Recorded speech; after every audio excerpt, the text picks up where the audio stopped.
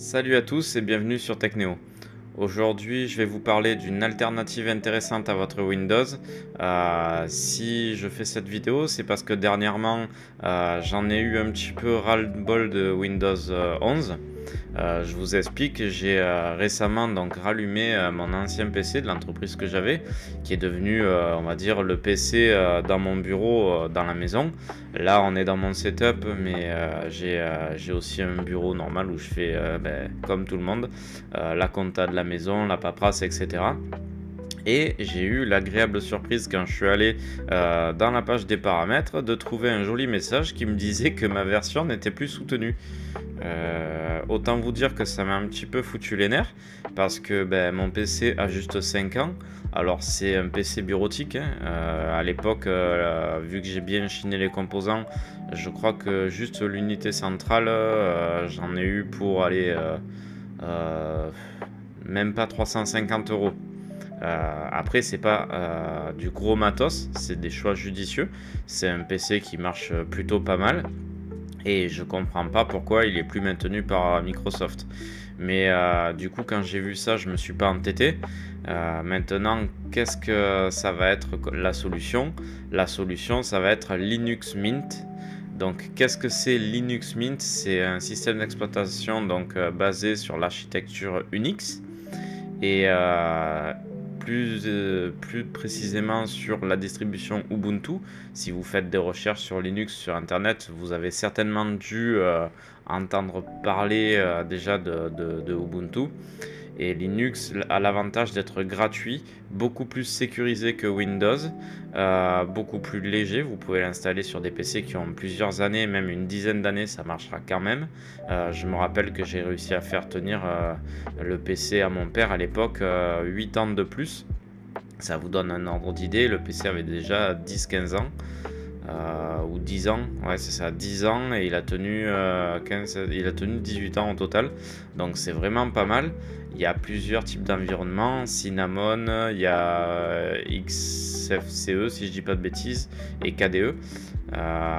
Si je me trompe, dites-le moi en commentaire, hein, parce que là je fais juste travailler ma mémoire, j'ai quelques notes mais j'ai pas relevé ça, là je le fais vraiment en freestyle.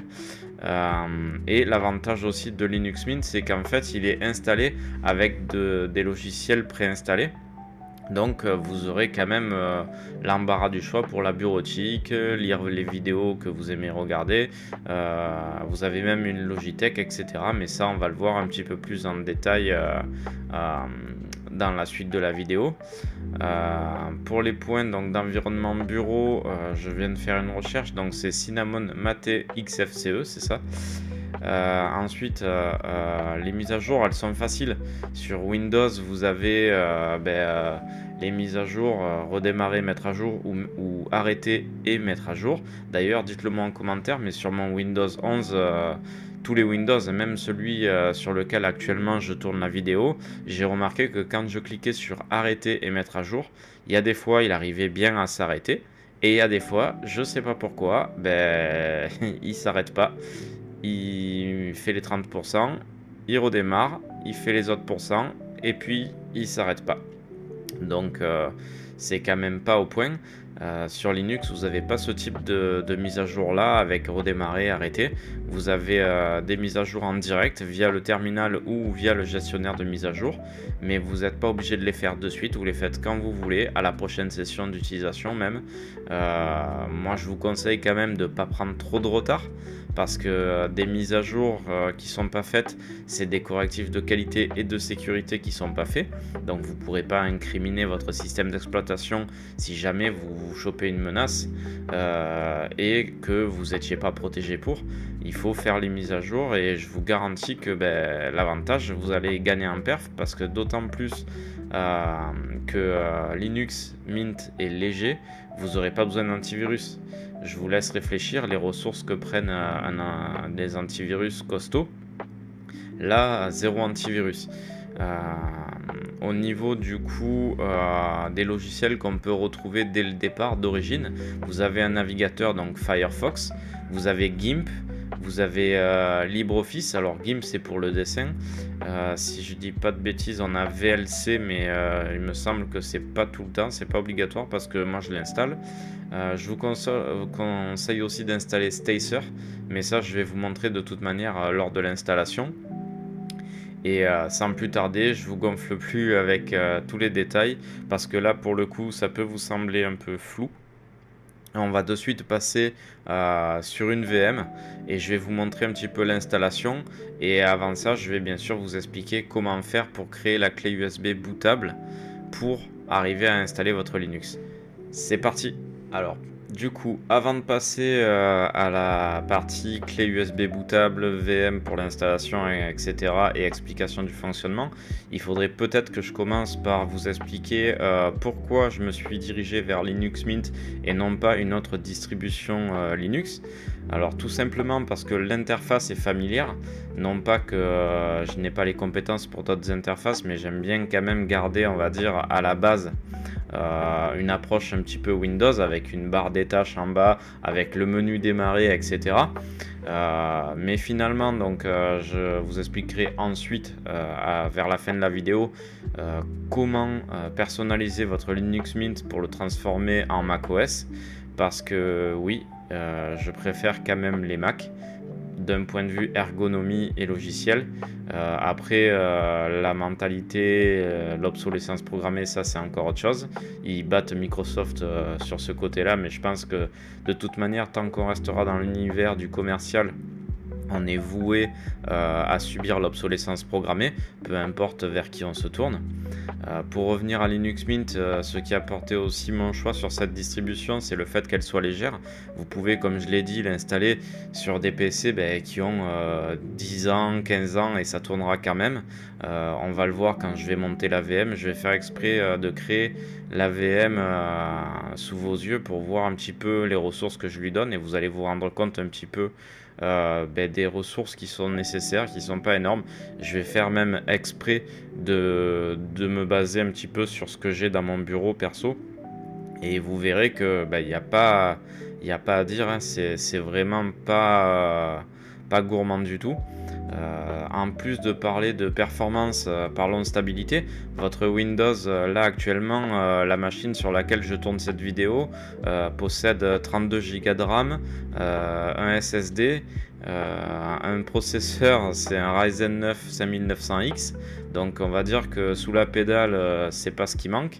Et pourtant, des fois, lorsque je clique sur des onglets, par exemple dans une page Word, ou que je demande certaines actions à mon système d'exploitation, allez savoir pourquoi, il est complètement dans les choux. Des fois, ça me prend 2, 3, 4 secondes. Là, j'exagère, je suis exigeant, c'est pas tous les jours, c'est pas à chaque fois. Mais ce qui est quand même bluffant, c'est que sur le Linux que j'ai installé sur mes autres PC, j'ai aussi installé ça sur un autre PC portable que j'ai. Linux, avec des ressources beaucoup plus petites et beaucoup plus modestes, n'a jamais présenté de bug pareil. Donc c'est sans commentaire. Au niveau vie privée, toutes les personnes qui s'intéressent un petit peu à leurs données, qui vont masquer certaines informations sur Facebook, etc., qui font attention à ce qu'elles partagent, sachez que si vous utilisez Windows stock, sortie d'usine, et que vous n'avez pas optimisé votre Windows, en fait votre vie privée elle n'est pas respectée. Il y a ce qu'on appelle dans Windows les télémétries.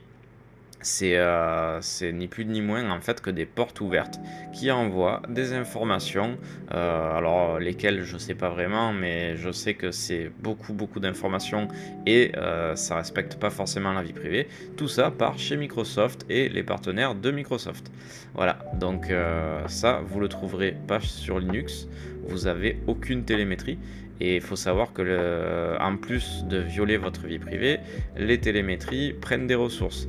Donc pas de télémétrie égale des ressources en plus. Au niveau des logiciels de base préinstallés, alors j'ai pas une liste exhaustive, mais là par exemple on a LibreOffice, Firefox que j'ai pu trouver. On vous propose, il me semble, on vous parle de VLC. Je veux pas dire de bêtises, je crois qu'il y a peut-être aussi Spotify, mais ça on pourra le vérifier de toute manière quand on l'aura installé. Et le dernier point et le plus fun, c'est comme la différence entre un Android et un iPhone, c'est que c'est hyper personnalisable. D'ailleurs, pour la petite anecdote, votre smartphone qui tourne sous Android n'est ni plus ni moins qu'un smartphone qui tourne sous Linux, étant donné que la sous-couche d'Android, c'est du Linux. On va continuer un petit peu avec une partie fâcheuse, parce que je peux pas vous donner que des avantages, sinon ça serait quand même biaisé. C'est vrai que c'est bien d'avoir Linux, par contre il faut penser à une chose, il n'est pas compatible avec tous les logiciels. Quand je dis tous les logiciels, c'est justement tous les logiciels que vous allez pouvoir utiliser sur Windows. C'est-à-dire que si vous avez besoin par exemple d'Adobe, la suite Adobe elle n'est pas compatible avec Linux.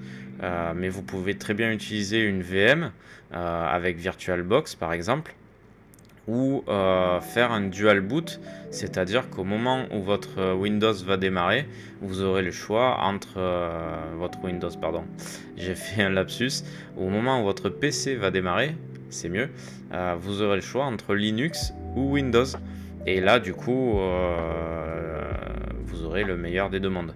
Bon, le meilleur avec Windows, je sais pas trop si on peut dire ça, mais toujours est-il que voilà, vous aurez le choix des armes, vous ne serez pas restreint plus que ça, et au moins ça vous permettra de passer sur Linux de manière souple et de l'utiliser uniquement lorsque vous en avez pas besoin.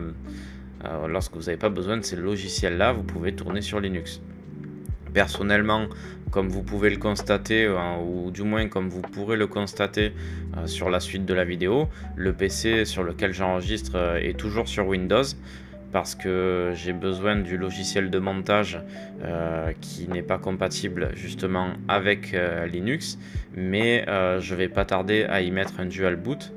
Et j'utiliserai Linux du coup à temps plein, et je me servirai de Windows uniquement lors de mes sessions de montage vidéo.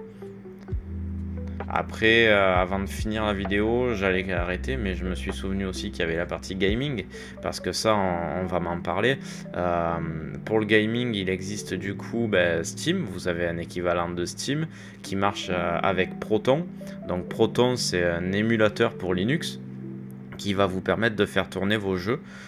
Personnellement, je suis arrivé à faire tourner The Witcher 3, YouTubers Live 2, et PC Building Simulator. Je pense que vous avez d'autres jeux qui peuvent tourner. Après, parfois, on peut avoir quelques couacs. Pour le moment, c'est la partie qu'il leur faut encore travailler, mais je vous garantis que c'est un énorme saut en avant comparé au Linux d'il y a des années en arrière, sur lesquels on ne pouvait pas faire tourner de jeux sans vraiment bricoler. Là, c'est vraiment du user-friendly. Allez, je vous embête pas plus pour ces parties-là, on passe à la suite. Du coup, on passe à la suite où on va aller sur le site officiel de Linux, donc le Linux Mint, puisque nous on va partir sur du Linux Mint. On va prendre donc la version 22.1, Xia, puisque c'est du chinois. Là, j'ai choisi la version Cinnamon, je vais revenir en arrière. On peut choisir Cinnamon, XFCE ou Mate. Chaque fois, on a des captures qui nous montrent la différence des interfaces. Alors là, comme ça, c'est pas trop parlant, mais il vaut mieux. Moi, personnellement, je prends toujours Cinnamon. Donc, on clique sur télécharger. Ensuite, on arrive sur la page de téléchargement. Et là, en fait, vous voyez cette liste. Donc, cette liste-là, en fait, c'est ni plus ni moins que la liste des serveurs sur lesquels vous allez pouvoir télécharger Linux. Étant donné que Linux c'est de l'open source, il y a plusieurs organismes qui partagent. On a l'université de Reims, pendant des années je téléchargeais là, et là récemment j'ai vu CNRS IBCP, j'ai pris cette version là. Donc on clique ici, le téléchargement se lance, et une fois terminé, il est dans vos dossiers. Une fois qu'on a notre ISO, il va falloir créer une clé USB bootable. Donc on va se servir par exemple de Rufus. Donc vous allez sur Google, pour le moment rien d'exceptionnel, vous tapez Rufus et créer facilement des clés USB démarrables. Donc, hop, voilà. Donc, vous avez ce logiciel-là qui va vous servir. Donc, vous allez choisir donc, le périphérique, la clé en question, le type de démarrage, l'option d'image, etc. Vous choisissez tout. Et ensuite, vous cliquez sur démarrer. Ça va décompresser l'image dans votre clé.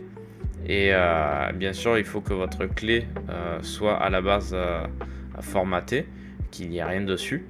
Et ça va tout décompresser, créer la clé bootable. Et une fois que c'est terminé, vous aurez la confirmation. Et puis ensuite, vous allez pouvoir installer du coup la clé dans le port USB de votre PC, redémarrer le PC en appuyant du coup sur Supr ou F12 ou F9, enfin, en fonction de la marque de votre carte mère, la touche de boot peut changer. Ou alors, si vous voulez pas vous embêter, vous pouvez rester appuyé sur Maj en faisant redémarrer sur votre PC et vous changez les options de démarrage. Vous allez arriver dans le BIOS et dans le BIOS, vous allez mettre en priorité le démarrage sur la clé USB bootable et du coup, vous allez pouvoir ensuite booter et arriver sur Linux. Sans plus tarder, on va passer à la création de la VM où je vais vous montrer que on peut faire tourner ce fameux Linux Mint sans avoir 3 tonnes de ressources. Et une fois qu'on aura installé le Linux, on va passer un petit peu sur la partie installation des logiciels tiers, en tout cas ceux que je vous conseille, et la partie un petit peu personnalisation. J'ai parlé tout à l'heure d'un Linux Mint façon Mac, on va en parler. C'est parti! On continue du coup cette fois-ci sur VirtualBox. Donc je suis en train de créer la VM, j'ai pris un petit peu d'avance, enfin garde d'avance. Je suis dans créer une machine, donc je l'ai appelé Linux Mint. Le folder par contre je vais le changer. Autre. Alors juste pour les besoins, je vais agrandir, ça sera beaucoup plus simple. Hop, alors où c'est que j'ai de la place? Celui-là. Ouais, on va aller ici et on va l'appeler du coup nouveau dossier Linux Mint. On va faire ça. On va choisir ça, sélectionner. Voilà. Donc dans le disque H et dans le dossier Linux Mint. L'ISO. Donc je vais aller chercher mon ISO. Hop, voilà. Donc c'est bien un type Linux. Ils disent Ubuntu, je vais vérifier qu'il n'y ait pas du Mint, ça serait mieux. Tac, tac, tac. Non, comme on est basé sur Ubuntu, on laisse Ubuntu. C'est bien du 64 bits. Je vérifie. Ouais, bon, ça à la rigueur. Ça, j'ai pas besoin de ça pour le moment. Hostname Linux Mint. Ouais, si. Alors, on va voir. Je vais voir ce que ça donne. Voilà. On va voir. Le hardware. Alors, la mémoire vive. On va lui mettre du coup, on a dit 8000 de RAM. Donc 8 Go de RAM. Ah, pardon, non, l'autre il a 16. Ouais, ça fait la moins. Bon, c'est pas. Donc 16. Voilà. Donc je lui mets 16 Go de RAM. On a dit 2 cœurs. Ça, c'est la config que j'ai. C'est la config que j'ai donc sur mon PC de bureau là-bas. Le disque dur, donc on est bien dans le H. Pour le test, je vais quand même lui octroyer un petit peu des gigas. On va lui mettre un petit peu, voilà, on lui met 200, peut-être pas 200 gigas. Ouais, si. Allez, on va lui mettre quand même pas. On va lui mettre 150 gigas, ça suffit. Voilà. Tac, tac, tac. Là, on est bon. Ok. Name. Là, on est ok. Voilà. Donc, ça, c'est ok. Au moins, ça, j'en ai pas besoin. Hardware, 16 Go, 2 CPU. Et ok. donc là, normalement, on est OK.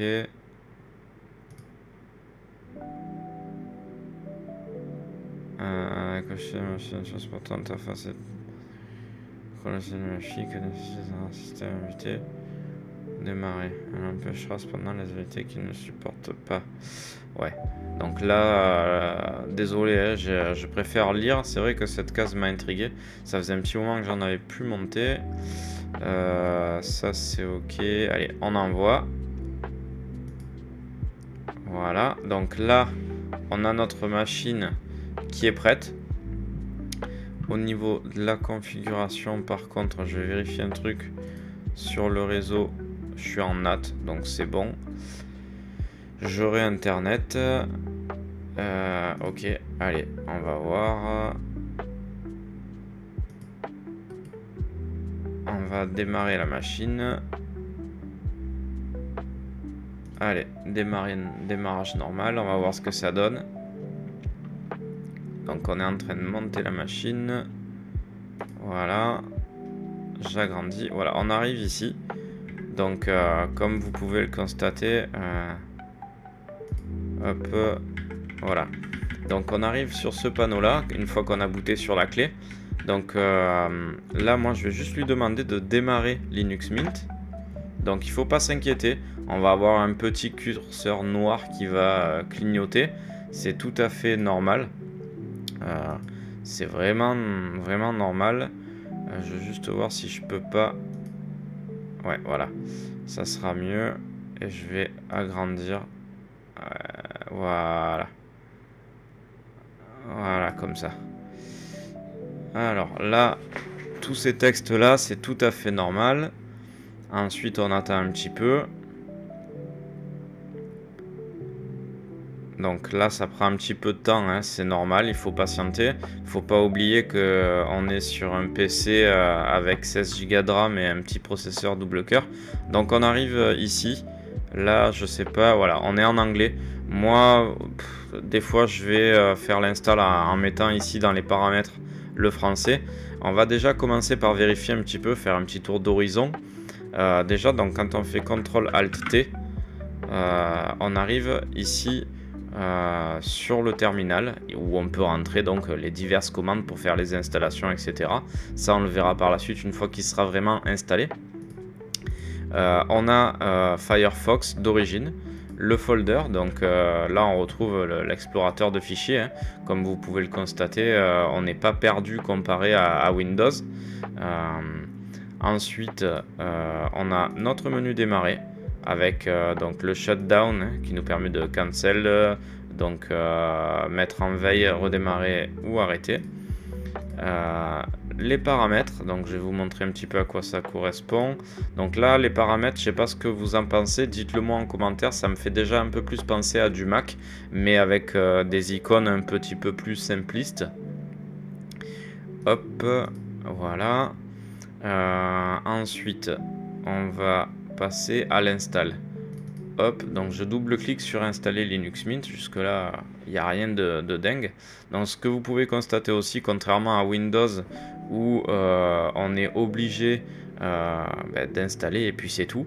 Là, on peut tester avant d'installer. Avec Linux, on a un mode, ce qu'on appelle un mode live, et on peut installer, on peut tester, et si on est satisfait, on installe. Donc là, bien sûr, français, continuer. Français Legacy, c'est bon. Continuer. Voilà. Donc là, installer les codecs, oui, je vous le recommande fortement si vous voulez pouvoir tout lire. Donc là, il prépare, il va installer tous les pilotes nécessaires pour que ça puisse fonctionner correctement. On va le laisser faire tranquillement.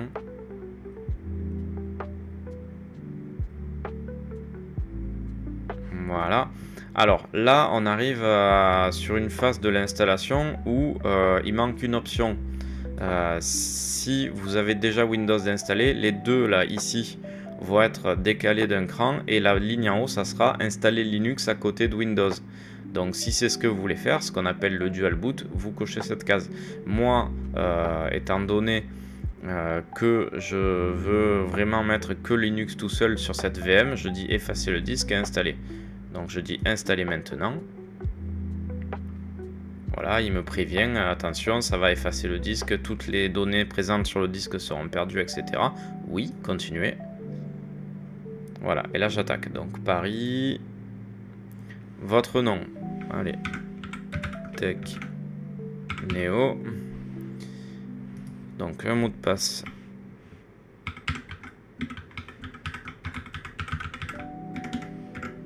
Oh, pardon, on va faire plus simple.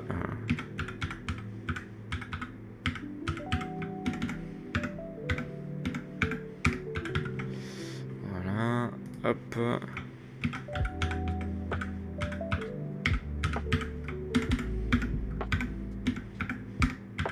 Alors comme vous pouvez constater, je mets un mot de passe long et fort. C'est pas anodin, hein. Je fais ça parce que en fait le mot de passe c'est ce qui va servir à sécuriser votre système d'exploitation, autant pour les installations de logiciels que pour tout le reste. Donc il vaut mieux que votre mot de passe soit fort. Donc là on va faire un petit tour d'horizon, je vous laisse lire un petit peu. Voilà. Donc au cas où vous n'arriveriez pas à lire, hein, je vais quand même le lire. Naviguez rapidement et en sécurité sur Internet avec Mozilla Firefox. Regardez vos contenus préférés sur Netflix et YouTube. Spotify, Rhythmbox. Donc profitez de votre musique, écoutez vos podcasts et web radio. Regardez les films et les vidéos avec VLC, MPV et Celluloid. Ensuite, gérer les photos avec Pix, Drawing, GIMP et Inkscape. D'ailleurs, je tiens à faire une petite parenthèse pour les fans d'iOS. Vous pouvez synchroniser vos photos depuis votre iPhone. On peut rester connecté, hein. On peut avoir WhatsApp, on peut avoir Slack, Discord, Signal. Il n'y a aucun problème de ce côté-là. Pour la productivité, il y a LibreOffice Writer, Calc, Impress, Draw et Base. Personnellement, je trouve ces logiciels pas terribles et je vais vous orienter plus sur la suite logicielle OpenOffice. Donc ça, je vais vous montrer, pas OpenOffice, pardon, OnlyOffice. Ça, je vais vous montrer comment l'installer après. Au niveau d'autres logiciels, on a Steam, je vous en parlais tout à l'heure, donc vous pourrez jouer à vos jeux Steam. On a un lanceur Epic, mais il s'appelle Heroic Game et non Epic Game. Et il est un petit peu moins efficace, ça tourne un petit peu moins bien que Steam. Steam a vraiment été bien optimisé. Valve ont fait un super boulot de ce côté-là. Google Earth fonctionne plutôt pas mal. On a aussi Dropbox et Blender. Donc même pour les pros qui font de la modélisation 3D, vous voyez que vous pouvez très bien vous servir à temps plein de votre Linux pour modéliser. Les applications Windows, comme je disais, des fois, si on veut vraiment pas faire de dual boot, on peut se servir de VirtualBox comme je l'ai fait moi pour simuler mon Linux, mais à l'envers, du Linux vers un Windows. Et il y a Wine pour faire tourner directement, sinon les logiciels Windows dans votre Linux. Personnellement, Wine, j'ai jamais trop testé. Dites-le moi en commentaire si vous avez testé, voir si c'est stable ou pas. J'utilise plutôt VirtualBox et j'aime bien me retrouver dans un environnement familier. Et Wine, c'est vrai que je maîtrise pas, je vais pas mentir, je maîtrise vraiment pas cet aspect-là. Au niveau de la personnalisation du bureau, hein, comme ils disent, mettez-vous à l'aise, modifiez chaque élément du bureau, faites votre choix dans un large panel de thèmes, icônes et fond d'écran. Linux Mint est ouvert et facilement personnalisable. Et je vous le confirme d'ailleurs, vous allez le voir ensuite quand on va le personnaliser drastiquement. Regardez bien l'environnement que vous avez là parce qu'ensuite il va changer du tout au tout. Et du coup, donc recevez les correctifs et les mises à jour de sécurité de manière uniforme et pour l'ensemble de votre système, y compris le logiciel que vous aurez installé. Ça, c'est vraiment important de le souligner. En fait, quand vous aurez installé vos logiciels, ils seront mis à jour automatiquement par le gestionnaire de mise à jour, comme on peut le lire ici un petit peu dans la capture, Firefox, etc. Moi, je mets Chrome, ben, je me retrouve avec Chrome dans la liste. Et si jamais vous avez des questions, vous n'êtes pas tout seul. Vous avez la communauté qui vous aide. Désolé, je ziote un peu en bas parce que j'adapte le son du micro pour éviter d'avoir des pics. Donc comme je disais, la communauté est hyper active. Vous aurez jamais de problème pour vous faire aider. N'hésitez surtout pas. On n'est pas sur une bande de hyènes. C'est vraiment des personnes qui sont là pour vous aider, sans porter de jugement. Et ils contribuent vraiment à la vie de Linux Mint. Et ça, je trouve ça super génial. Vous avez aussi des forums d'entraide, vous me direz, sur Windows. Mais je trouve qu'ils sont quand même moins pratiques et peut-être moins réactifs que les forums que vous pourrez avoir sur Linux. On va continuer la suite de la vidéo sur la fin de l'installation et puis ensuite je vous reprends pour l'installation des applications tierces une fois qu'on sera arrivé sur le bureau.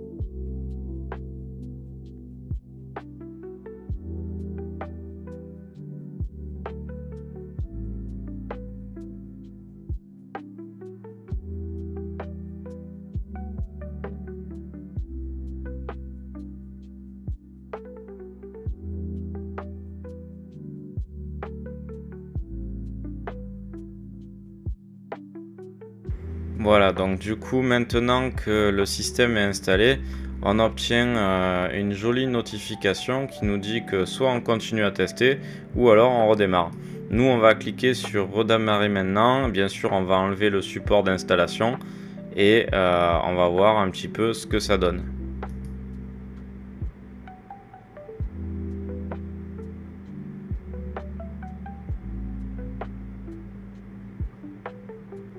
Hop, on va voir si boot.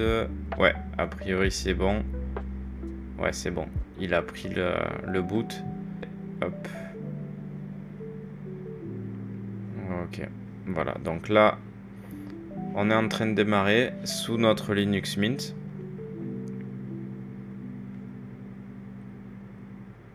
Si je dis pas de bêtises, j'espère qu'on va pas encore arriver sur l'écran. Non, j'ai vu marqué Techneo, donc normalement c'est bon. On devrait arriver sur le... Ouais, c'est bon. Impeccable. Donc là, je vais mettre le mot de passe.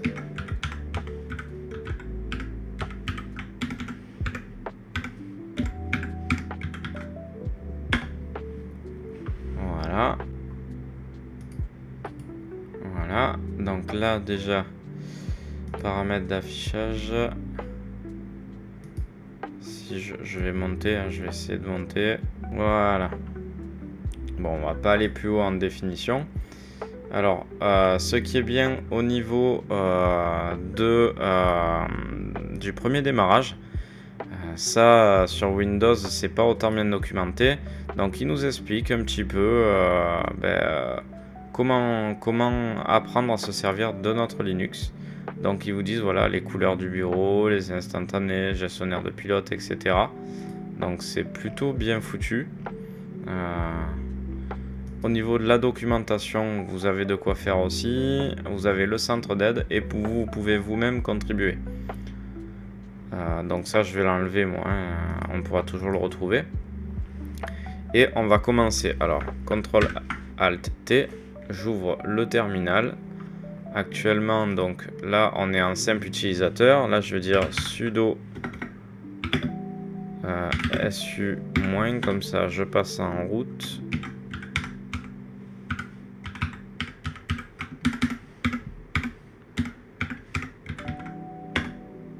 Ok, apt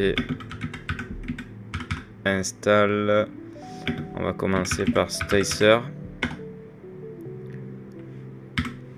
Hop. Donc Stacer, c'est un petit logiciel qui va vous permettre d'avoir l'équivalent du gestionnaire de tâches et même d'un petit cleaner. On va continuer avec VLC Player, apt install VLC. Oui. Donc là, j'installe tout en ligne de commande parce que c'est beaucoup plus simple et beaucoup plus rapide que d'aller le chercher dans la Logitech. Mais par contre, il y a certaines choses qu'on va aller après chercher quand même dans la Logitech. Je vais finaliser quand même l'installation ici.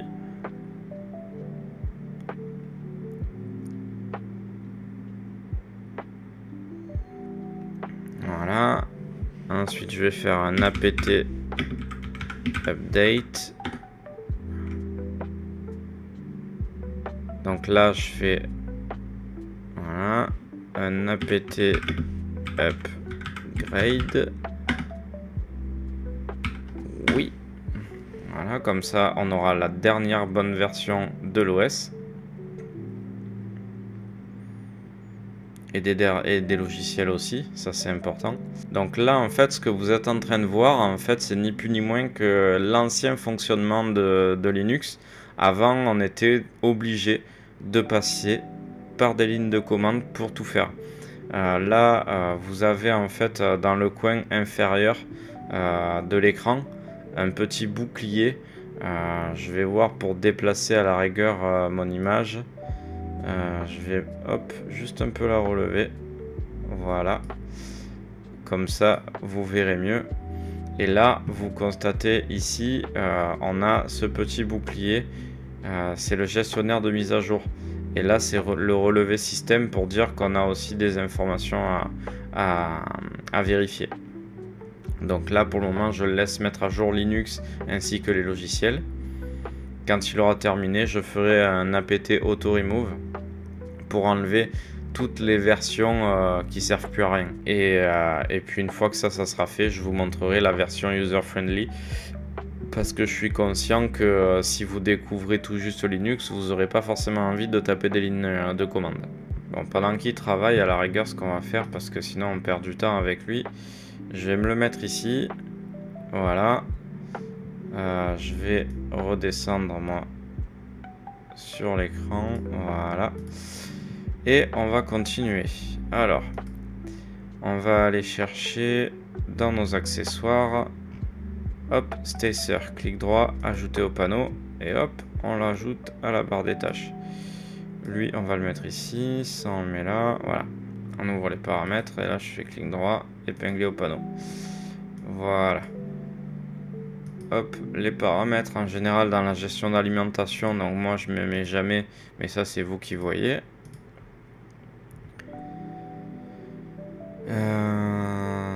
VLC, du coup, vous le retrouvez ici. On l'a installé tout à l'heure. On va aller dans la Logitech. Je vois que ça charge à plusieurs vitesses, à plusieurs endroits. Donc on sature peut-être au niveau de la bande passante. Donc Stacer va nous aider un petit peu pour ça. Je vais vous montrer un petit peu ce que ça donne. Donc optimisation et monitoring, c'est plutôt pas mal. Donc voilà, ça se présente comme ça. On voit qu'au niveau du CPU, ça peut aller. La RAM aussi, le disque aussi. Et au niveau du réseau, ouais, ben, l'électroencéphalogramme, il est quasiment plat. Donc je pense que les tâches sont en train de se faire un petit peu en fond par moment. Voilà, hop, ça avance tout doucement. Mais ouais, faut pas être pressé, quoi. Faut pas être pressé, mais en tout cas, voilà, vous voyez un petit peu. Donc on voit la RAM qu'on a, 15,3 disponible sur 16 Go. On a 150 Go, il reste 146,1 après l'installation et on en occupe 10,6 actuellement. On a le nom d'hôte du PC, la plateforme, on a la distribution, le kernel, on a le modèle de CPU, donc on est bien sur un Ryzen 9 5900X 12 cœurs. Là, moi j'ai mis que 2 corps. Ensuite, on peut booster du coup au démarrage de suite. Moi ça je veux pas le faire. Là ici on a un cleaner, donc les caches, les rapports de crash, les logs d'application, les applications en cache et la poubelle, on peut tout vider. Là on peut faire des recherches. On a les réglages du coup des services au démarrage ou pas. Qu'est-ce qu'on a encore? Les processus. D'ailleurs, ça, je pense que ça va vous rappeler un petit peu le gestionnaire de tâches à la Microsoft Windows. Qu'est-ce que c'est? Ah oui, ça c'est le désinstallateur. Donc ça c'est plus un petit peu ce qu'on retrouvait dans CCleaner pour désinstaller proprement les choses. Ici on a les courbes, donc l'historique du CPU. Donc là ça va être plus la partie performance de votre gestionnaire des tâches. Ici on a une partie du coup qui aide. On a ah oui, ça c'est les dépôts. On a les réglages de l'application et on a un petit peu une partie support. Moi je me mets toujours sur ça, j'utilise pas trop le reste, mais ça peut quand même servir. Donc là il demande en fait quand on quitte si on veut continuer à l'utiliser ou pas. Moi je préfère le quitter, autant garder des ressources. On va agrandir donc la Logitech. Voilà, on a raccroché. Du coup, Spotify, vous avez Dropbox ici, VirtualBox, Inkscape, GIMP, Google Earth. Moi, ce qui m'intéresse, du coup, pour avoir un équivalent de Word, Excel et PowerPoint, ça va être Desktop Editor. Ok, bon, bah c'est pas grave, on va faire ça sur Firefox. Là pour le coup c'est plutôt bizarre, c'est la première fois qu'il me trouve pas OnlyOffice du premier coup. Hop, ça on enlève. Du coup voilà, on a mis à jour. Je vais voir si j'arrive à accéder. Là ça a l'air un petit peu mieux. Alors, ouais c'est bon, j'arrive enfin sur Google. Donc voilà. Là je vais aller sur Desktop Editor. On arrive bien sûr OnlyOffice. Donc là, je vais partir sur Linux. Je prends la version Deb. Donc pendant que ça charge, hop, on va aller chercher aussi Chrome. Refuser, navigateur Chrome. Et on télécharge un fichier deb pour Debian et Ubuntu. Hop. Voilà. On va laisser nos deux téléchargements terminer gentiment. Donc là, vous voyez, on est sur quelque chose d'assez user-friendly. On est sur une interface graphique. Alors, certes, elle n'est pas des plus modernes, mais au moins, elle a le mérite de fonctionner. Donc là, j'ai vidé la liste des téléchargements. Je vais dans mon explorateur de fichiers, téléchargement. Donc, on va installer OnlyOffice. Là, vous voyez que quand on clique dessus, c'est un petit peu à la version Mac. Il ouvre le paquet et il va nous proposer en fait si on veut l'installer. Donc là, on dit oui. Et comme pour les Mac, il nous demande le mot de passe.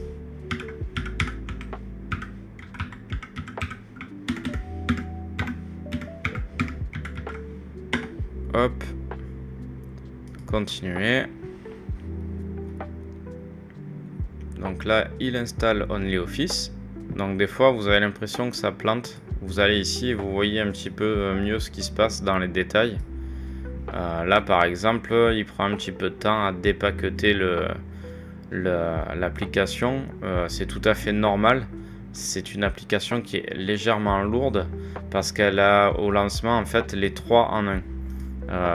PowerPoint, Excel et Word.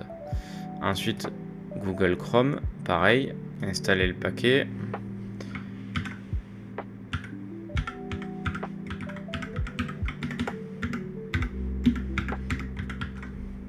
Voilà. Donc là, maintenant que les deux sont installés, dans Bureautique, on a OnlyOffice que j'ajoute au panneau. Hop.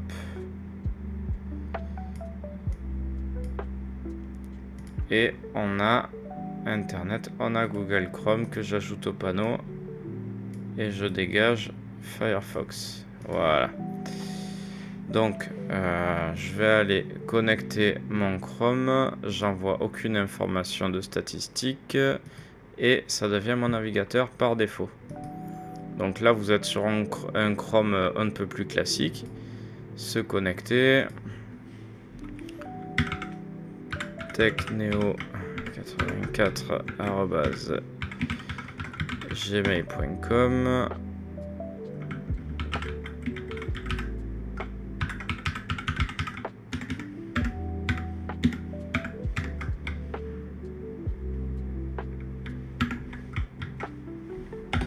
Hop, on va autoriser la connexion.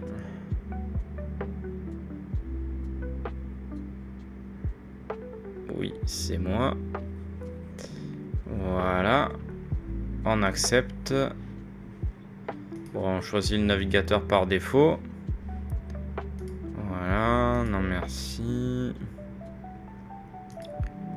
Ok, voilà. Bon, voilà, donc là, on a notre navigateur. Ça, c'est plutôt pas mal.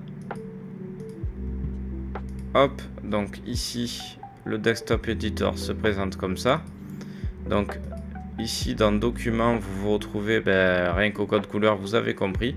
On est sur l'équivalent d'Excel, mais sur Linux.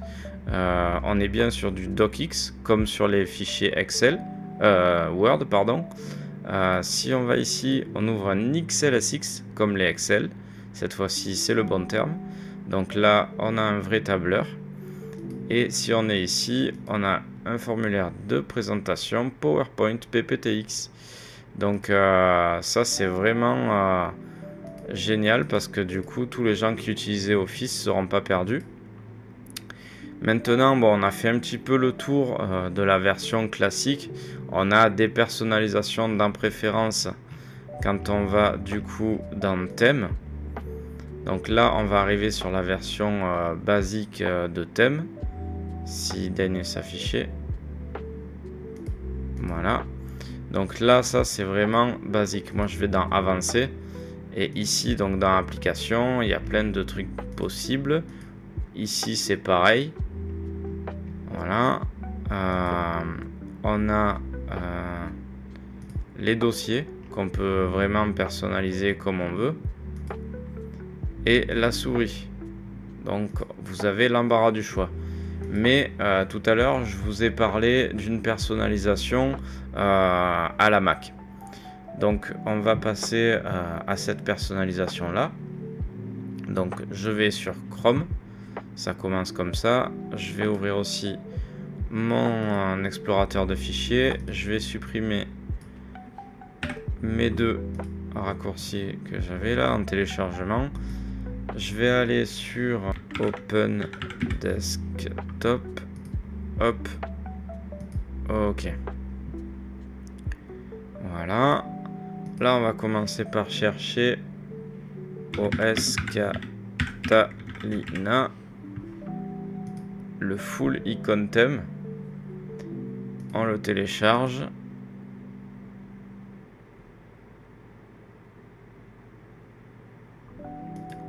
Voilà.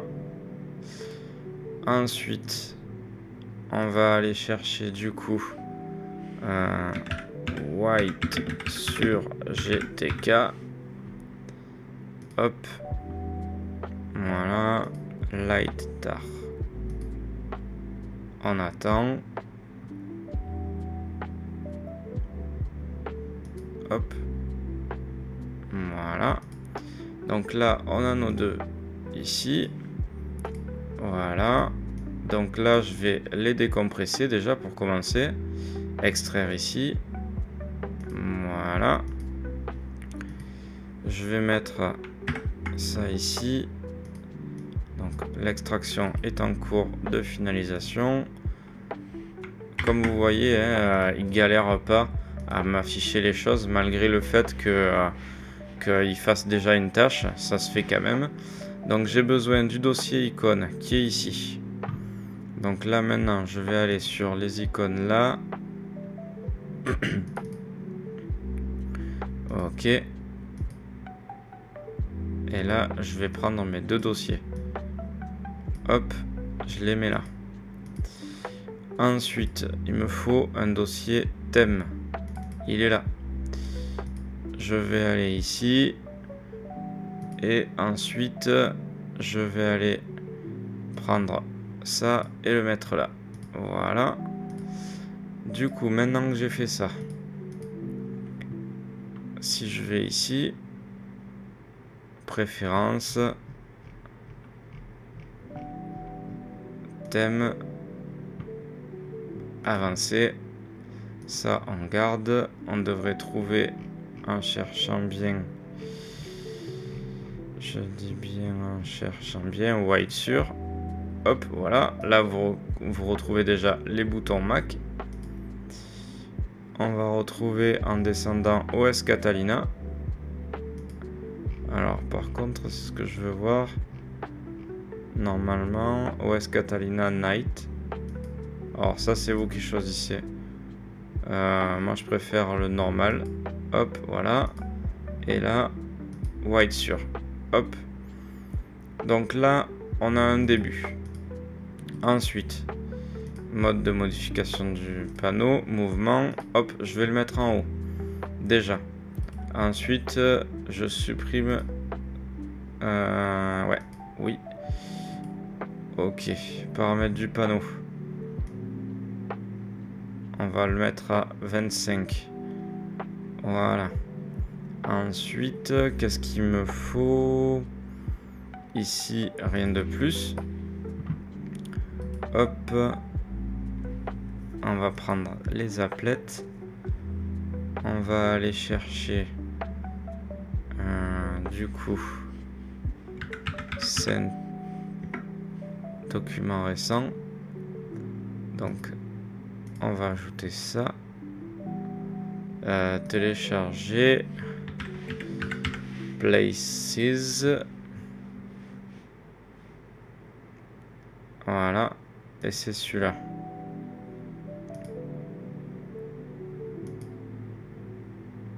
Hop.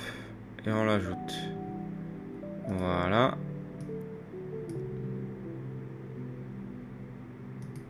Voilà. Voilà. Les favoris aussi. Hop. Ensuite, les icônes, on va les mettre en 16. Voilà. Voilà, ils sont plus petits. Donc ça c'est ok, ça c'est ok.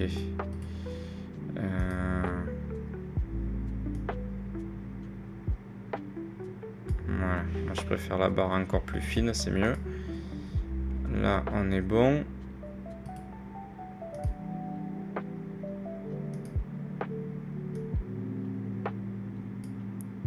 Hop. Voilà.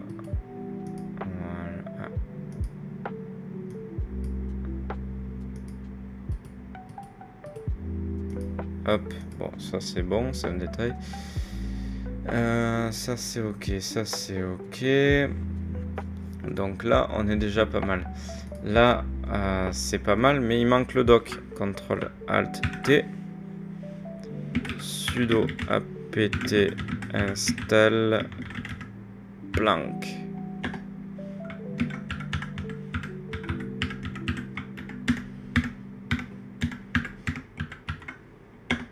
Hop. Voilà. Donc là, on installe Planck. Donc ça va être ni plus ni moins qu'un doc. On va aller l'ouvrir. Voilà.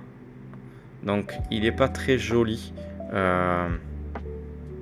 Donc on va dire Planck préférence.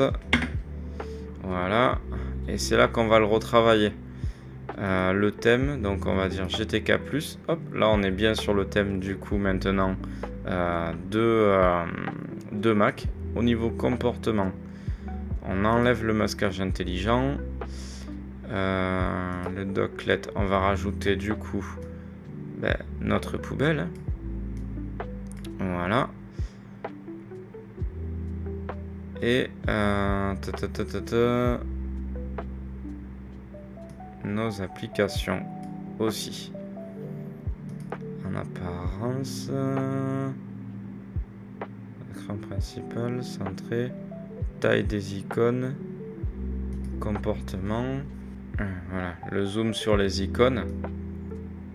Donc là, on va rajouter du zoom. Je crois que je mets 160. Ouais, c'est pas mal, 160. Ça fait vraiment comme sur un Mac. Et donc ça, c'est bon. Ensuite, ça, on l'enlève. Ça, on l'enlève. La visionneuse, j'en ai pas besoin. Hop, voilà. Ici, on va venir rajouter du coup...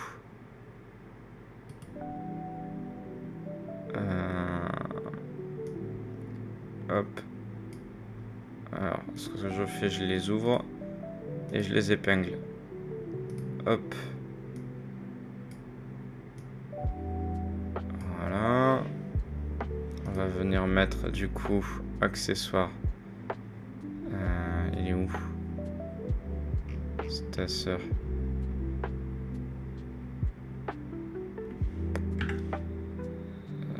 Stasser, voilà.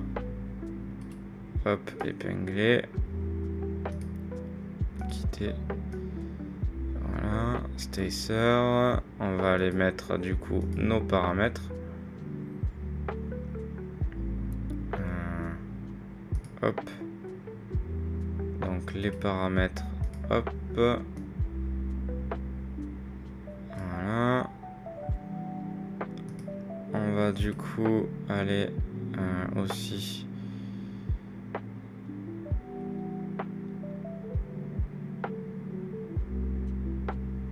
Hop. Le magasin d'applications. Hop. Donc là, vous vous rendez compte que magasin d'applications, on retrouve l'icône de l'Apple Store.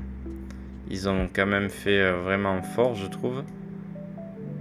On va aussi, dossier personnel. C'est ni plus ni moins que l'icône du Finder. Donc ça aussi c'est quand même pas mal parce que on se retrouve avec un vrai Mac. Enfin un vrai Mac.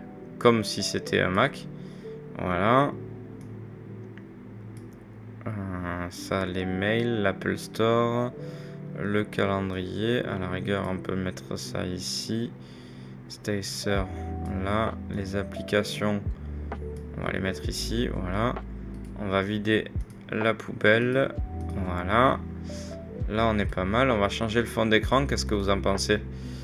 Hop. Modifier l'arrière-plan. Ceux-là, ils sont pas terribles. C'est Vilma qu'il faut mettre. Et on va mettre, par exemple, je sais pas. On met ça. Voilà. Là, on a vraiment l'impression d'avoir un Mac. Mais il reste encore un petit détail. C'est ça, là, qui est pas beau. On va aller chercher les icônes. Donc, icône, pomme, Apple. Alors, je pense que ça va être celui-là. Télécharger. Voilà. Du coup, là, je vais ici. Je modifie pas le menu. Je fais configurer. Je clique là, parcourir. Téléchargement. Hop, je clique là, choisir. Voilà. Et là, j'ai bien un Mac. Voilà, j'ai l'équivalent d'un Mac. Dites-moi ce que vous en pensez, si ça vous plaît. Là, on a vraiment quelque chose de réactif. Donc ici, on vient ouvrir OnlyOffice. On est sur notre document Word. Je trouve que c'est vraiment bluffant. Quand vous ouvrez ici, pareil, Chrome, il prend le thème. Il prend votre thème Apple. Si vous voulez pousser plus loin, du coup, n'agrandissez pas les fenêtres complètement, faites plutôt ça. Et du coup, vous avez même les bords arrondis. Et là, vous avez vraiment l'impression d'avoir un Mac. Déjà, c'est gratuit, donc ça vaut le coup. C'est fluide, c'est performant. Ici, donc, là, c'est les mises à jour du système, gestionnaire de mise à jour. Là, vous refusez les dépôts autres que celui d'origine. On applique la mise à jour. Donc là, il nous demande le mot de passe.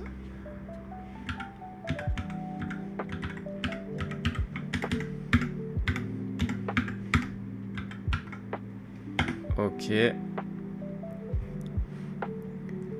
Voilà. Donc on est vraiment pas mal au niveau de la ressemblance avec un Mac. Là, il nous dit tout ce qu'il a à mettre à jour.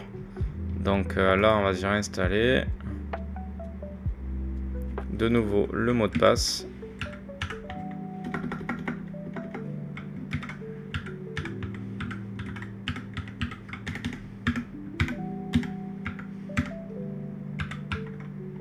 Hop, j'envoie.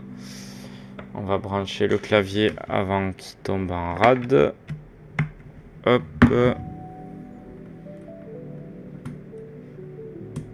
Et voilà.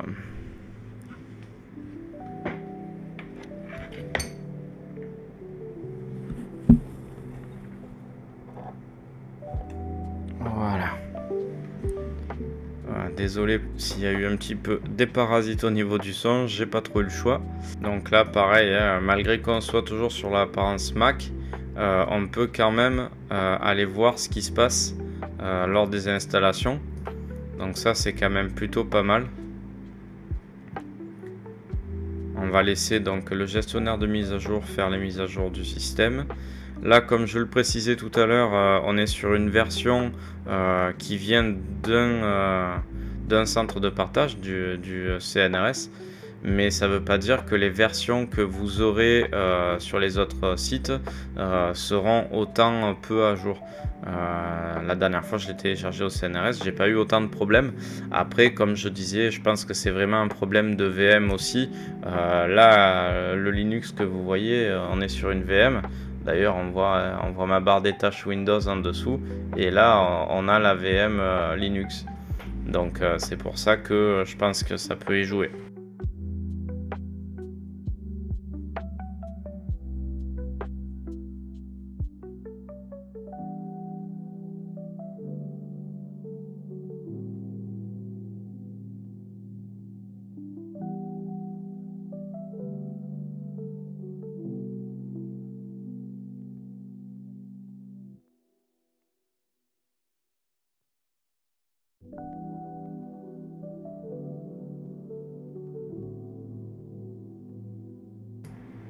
Du coup, là, il a appliqué les mises à jour. Comme vous pouvez constater, il est en train de redémarrer.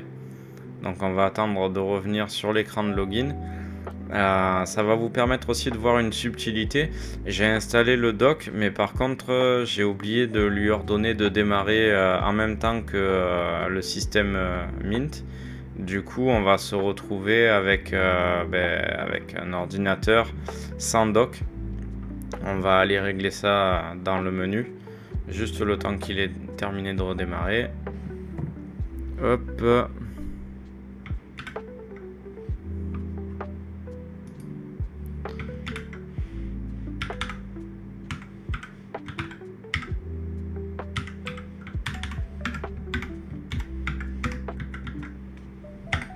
Voilà. Hop. Application au démarrage. Et là, je vais juste en ajouter une.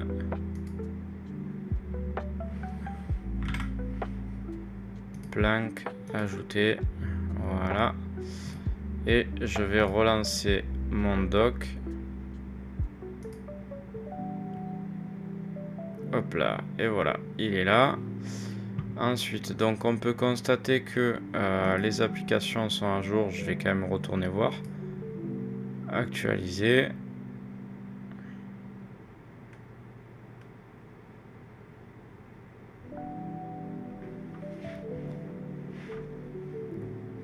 Ok, le système est à jour. Et on a aussi les relevés du système. Donc là, on va voir ce qu'il nous dit.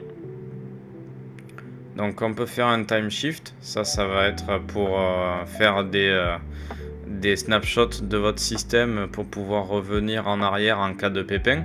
Donc vous voyez qu'on est quand même assez fiable. Il n'y a pas forcément de risque. Bon, moi là je l'ignore parce que j'ai aucune utilité. Renseignements sur le système et le relevé de plantage. Donc on est vraiment complet. Je peux fermer. Voilà. Bon, ben on a fait le tour de ce système Linux. Comme vous pouvez le constater, on se retrouve maintenant, donc bon, sauf ça, hein, bien sûr, mais on se retrouve sur un menu un peu plus classique ici, sauf que quand on le ferme, du coup, voilà, on est vraiment sur du Mac. Si je veux pousser le vis, je peux aller encore plus loin, c'est-à-dire que je peux dire personnaliser, paramètres du bureau et rajouter le poste de travail, les lecteurs montés, c'est bon, voilà, et voilà, et je mets ici mon poste de travail, personnaliser, ajuster automatiquement, on enlève, voilà, là on a le poste de travail comme sur un Mac. Donc quand vous allez l'ouvrir, du coup, vous allez avoir le lecteur CD-ROM, votre disque dur et le système de fichiers, quoi. Mais moi, je trouve que c'est bluffant. Voilà, cette vidéo sur Linux Mint est terminée. C'était aussi une vidéo que je voulais faire pour vous expliquer pourquoi j'ai quitté Windows pour partir sur Linux. Si vous êtes intéressé d'aller sur Linux, dites-le moi en commentaire. Faites-moi vos retours d'expérience pour ceux qui y sont déjà. Dites-moi ce que vous avez pensé de la vidéo. Si vous l'avez aimé, n'hésitez pas à me lâcher un pouce bleu. Pour ceux qui ne l'auraient pas déjà fait, je vous invite à cliquer sur la cloche pour recevoir les notifications pour les prochaines vidéos. En attendant, je vous dis à la semaine prochaine. Portez-vous bien!